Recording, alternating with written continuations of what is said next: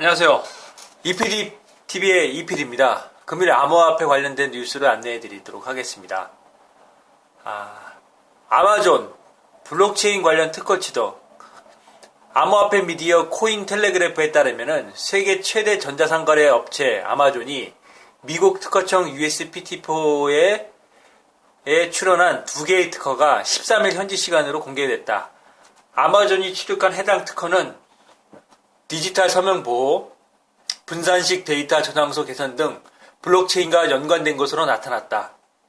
아마존에서 이제 블록체인 관련된 특허로 취득을 했다는 얘기가 나오는데요. 이게 이제 어떤 데이터베이스를 구축을 하고 이거를 이제 그들의 이제 마케팅에 이용을 하려고 하는 그런 포석이 아닌가. 사실이겠죠.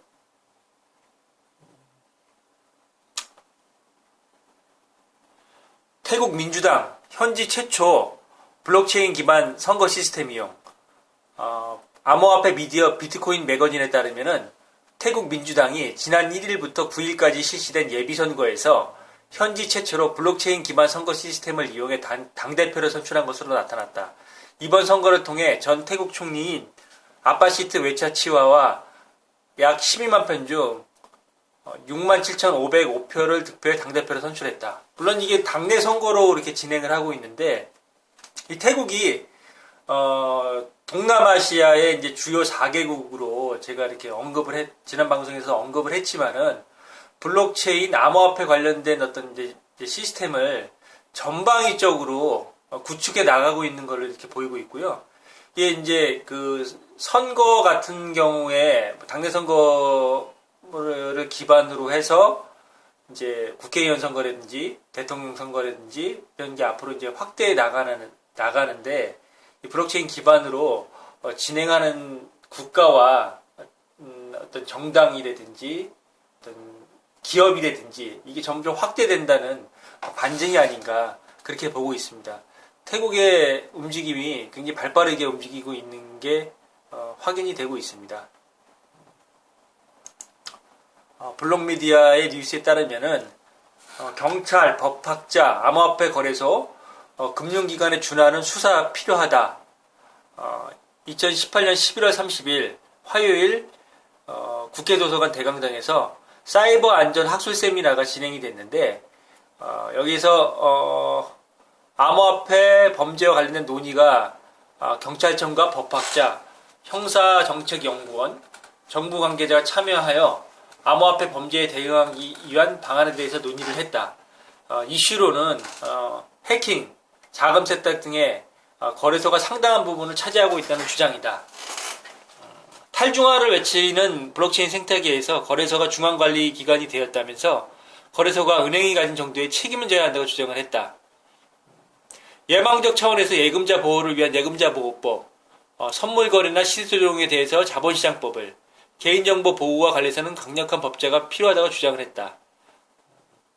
코드 월렛의 제도화도 또 하나의 방법이 될 수 있다고 말을 했으며 거래소에서 적절한 법이 적용된다고 주장을 했는데 개인정보를 보관하는 업체는 그에 맞는 의무가 보여야 된다고 돈을 바꿔줄 수 있는 자산을 가지고 있고 개인정보를 가지고 있으니 그에 맞는 의무와 손해배상에 대한 책임질 수 있는 법이 필요하다고 얘기를 했다. 결국에는 거래소에 대한 어떤 책임, 제도화, 그리고 이제 가장 많이 일어나는 게 해킹에 대한 부분, 그리고 시세 조작, 선물 거래에서 발생하는,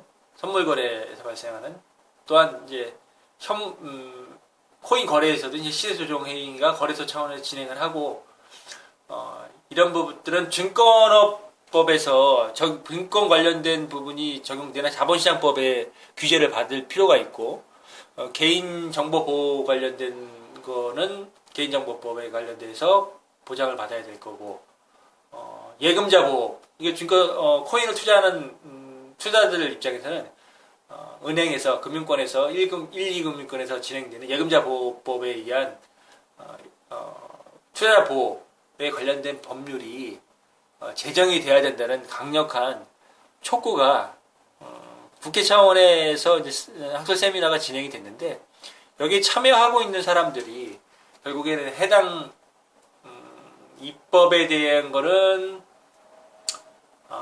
국회의원들 입법부에 대한 몫으로 남기고 관련 유관단체로 경찰이라든지 여기 뭐 사이버 수사 관련된 부분들, 법학자들, 제도 법률적인 어떤 기반에서 이런 세미나가 점점 무리고 있다는 것을 보여주는 게 아닌가 그렇게 보고 있습니다. 한국은 어쩌다 블록체인 개발자가 씨가 말랐는가?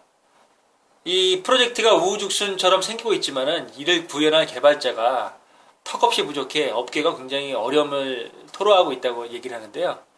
이런 형태가 지속적으로 지속이 된다고 그러면은 블록체인 상용화가 더 어려워질지도 모른다는 얘기가 계속 나오고 있습니다.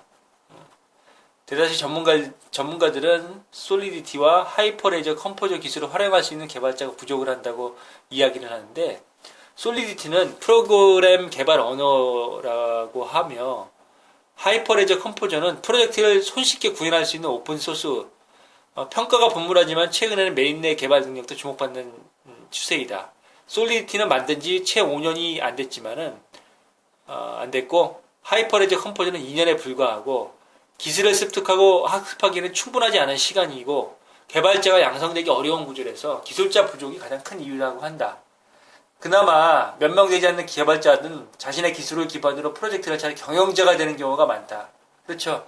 작년에 ICO 관련돼서 아주 먹튀도 많고 스캠도 많고 뭐 개발을 빙자한 투자금 이런 경우가 많았기 때문에 돈 욕심 때문에 현실적으로 능력 있는 개발자들이 프로젝트를 직접 만들고 이렇게 하는 기회가 점점 줄어들지 않겠는가. 그런 부분이 굉장히 아쉽기도 하고요. 근데 문제는 국내에서 메인넷을 개발할 수 있는 인력은 대부분 높은 연봉을 제안하는 해외 기업으로 갔다고 하고, 이런 상황이 갈수록 이제 프로젝트는 기하급수적으로 늘어나면서 개발자들의 공백은 점점 더 큰 문제로 자리 잡고 있다고 그러고 있습니다.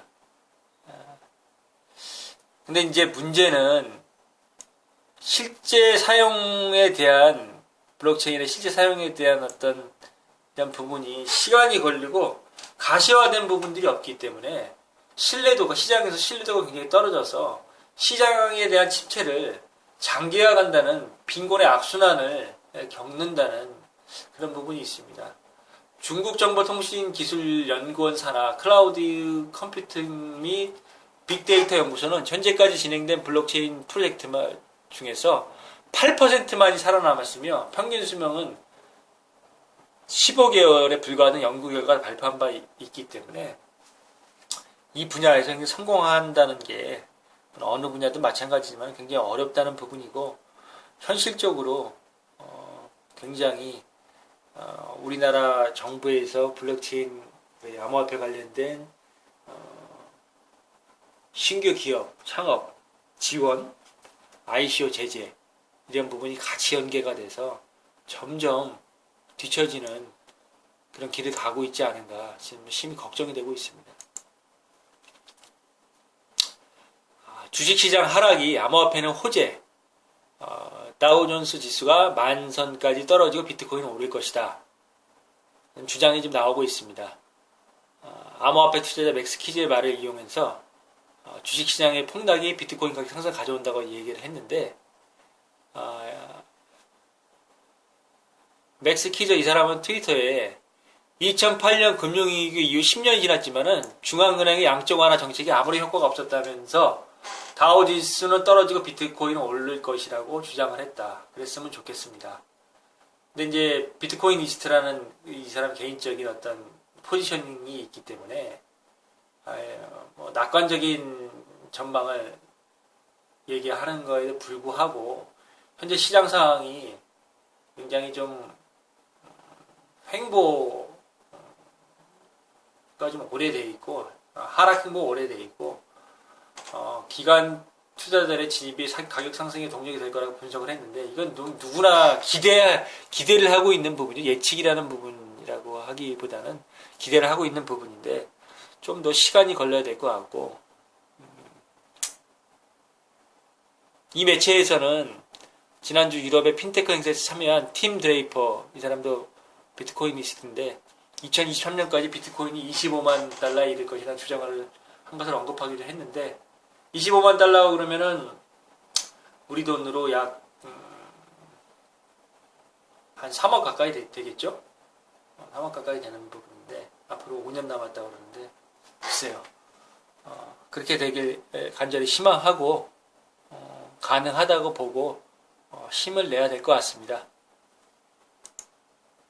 이란 미국발 금융제재에 국제통신망 피해갈 국영암호화폐 사용할 것.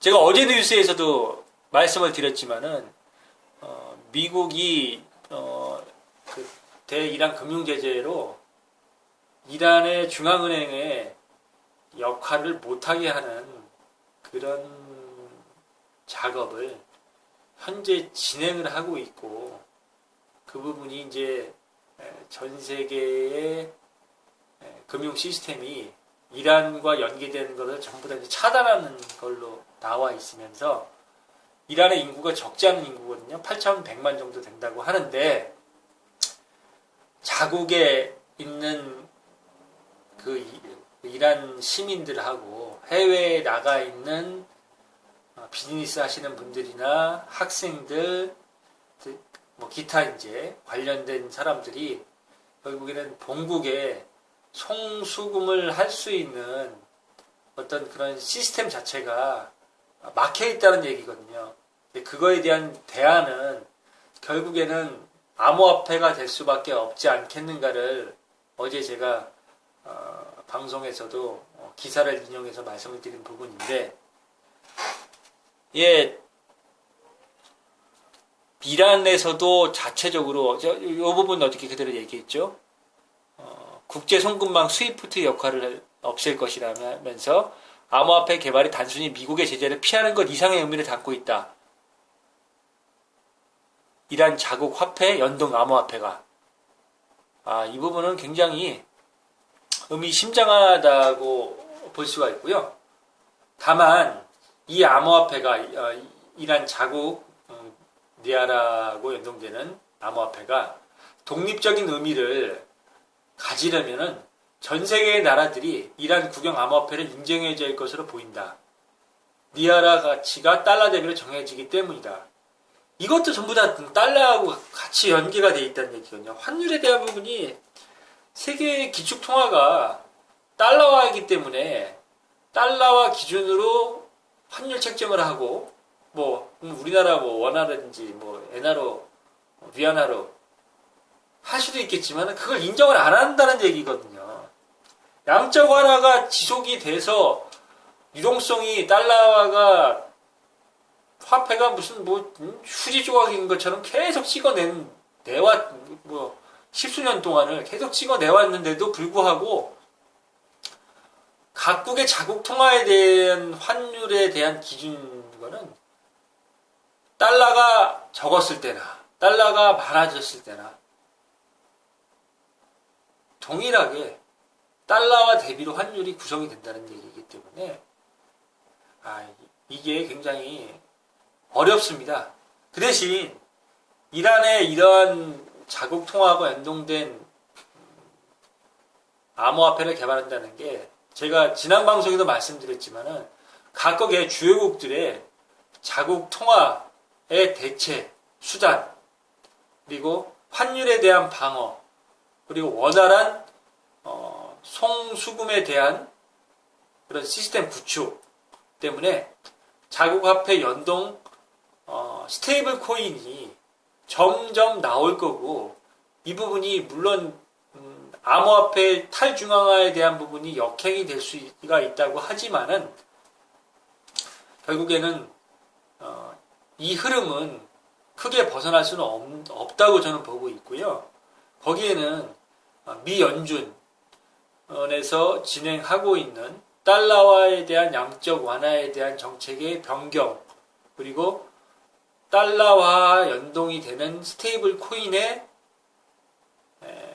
생성, 그리고 사용, 그리고 확산, 이런 시스템이 진행이 된다고 하게 되면은 달러와 연동된 미 연준에서, 미국에서, 미 정부에서, 아니면 미 정부에서 만들어내는 그런 암호화폐가 각국 주요국의 자국 통화와 1대1이든 거의 그런 비율로 가겠죠.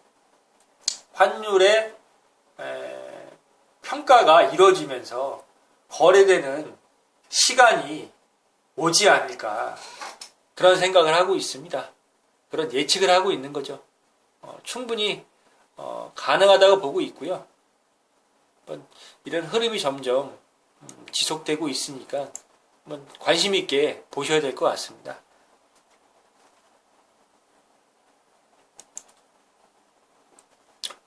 중국 중앙은행, 암호화폐가 금융 시스템을 대체할 수 없다. 중국인민은행이 보고서를 통해 암호화폐는 결코 기존 금융 시스템을 대체할 수 없다는 견해를 밝혔다. 블록체인이 할 수 있는 것과 할 수 없는 것이라는 제목의 연구 보고서를 발표를 했는데, 어떠한 기술로서도 기존 금융산업의 인프라를 대신할 수는 없다며 블록체인을 기반으로 한 비트코인 등 암호화폐 또한 유연성이 떨어지는 자산이라고 설명을 했고, 현존하는 금융 프로토콜을 개선할 수는 있어도 모든 문제를 해결할 역량을 지니지 못했다고 덧붙였다. 유토피아적인 환상이며 아무리 혁신적인 기술이라고 하더라도 지속적인 연구와 실험이 필요하고, 블록체인이 무엇을 할 수 있고 무엇을 할 수 없는지에 대한 냉정한 평가가 있어야 된다고 이야기를 했다. 한편 PBOC는 비트코인 등 암호화폐 수용보다는 자체적인 디지털 화폐 발행을 물밑에서 추진 중이다. 중국 일간지 사우스 차이나 모닝 포스트는 지난달 보도를 통해 내년 중으로 암호 작성술 전문가로 구성된 팀을 결성할 계획이라고 밝혔다. 중국 정부도 지난 9월부터 ICO 금지와 함께 암호화폐 기반 크라우드 펀딩을 불법으로 규정하고 현재 강력한 규제에 나서고 있다. 그렇죠.